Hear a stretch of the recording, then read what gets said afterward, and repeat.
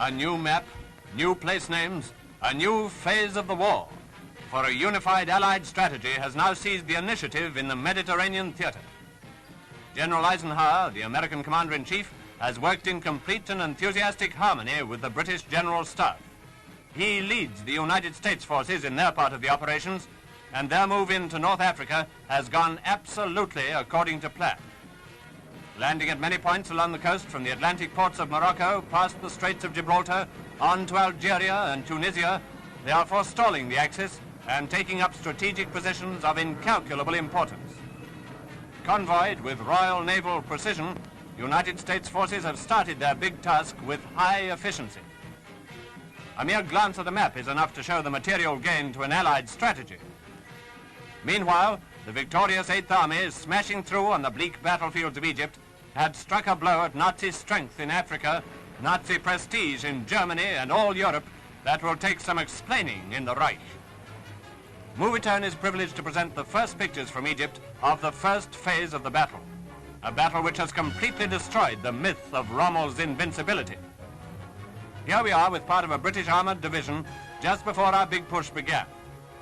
Tanks in great strength, their crews in perfect fighting form, assembled in the desert while final preparations were made in readiness for the order to advance.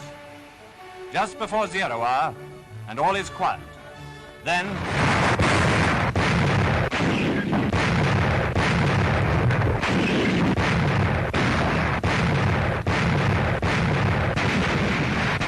all through that night and into the broad light of day, British guns poured tons of shells at Rommel's Invincibles, and tough fighters though they are, they simply couldn't take it.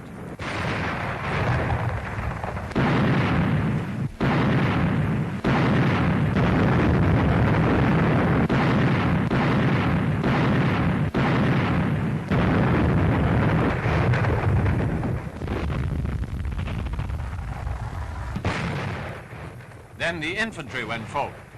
Men from the north of Britain and men from the south, United Kingdom troops, Highlanders, the Northumbrian Division, and fighting men from the home counties. Men from the Dominions, from South Africa, New Zealand, Australia, and India. All of them trained to a hair for just this moment. This was their opportunity, and how they took it.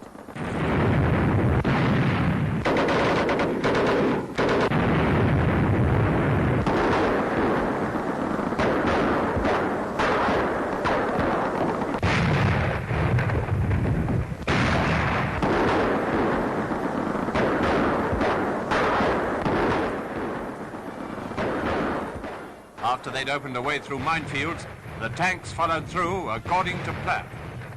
And Rommel retreated, also according to plan, at least that's what the German communiques said. The fact is, however, that the plan was ours. Rommel was not consulted.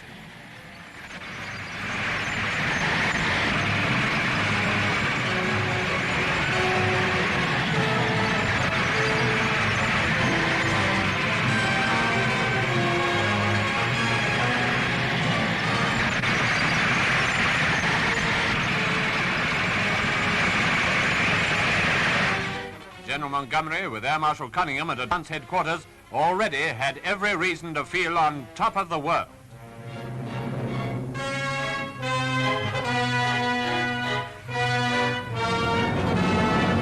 RAF and Army worked as one, and both were terrific.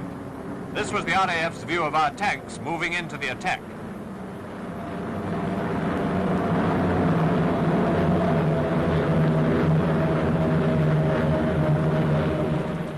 Though President Roosevelt has stressed the fact that the great majority of our equipment in the desert is British, we have to thank America for much, particularly for the Grants and Shermans, which with heavy armor and big, hard-hitting guns dealt very severely with Rommel's panzers.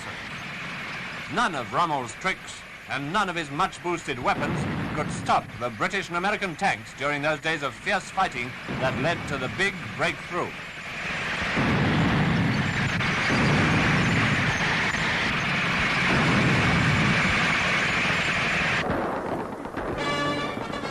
Here's one incident that could be multiplied 100 times. A German tank is knocked out, A survivor surrenders and our boys carry straight through. Using the enemy tank for cover, they pick off Nazis on the run.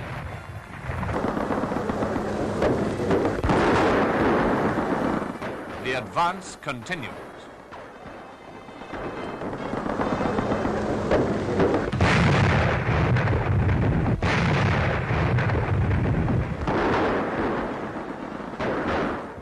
Then, from all along the line, prisoners begin to come back.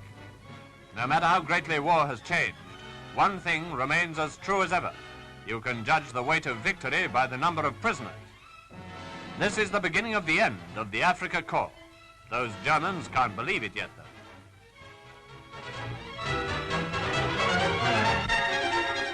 According to plan, reception centers have been prepared at many places.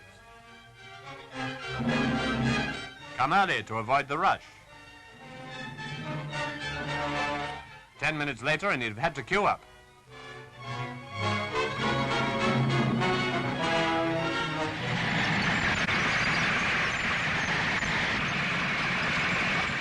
The pursuit of the beaten enemy continued, and this time there was to be no escape.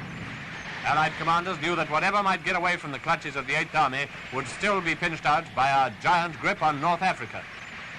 As for the Royal Air Force, now almost unopposed, it continued to strafe and bomb the men who once had it all their own way.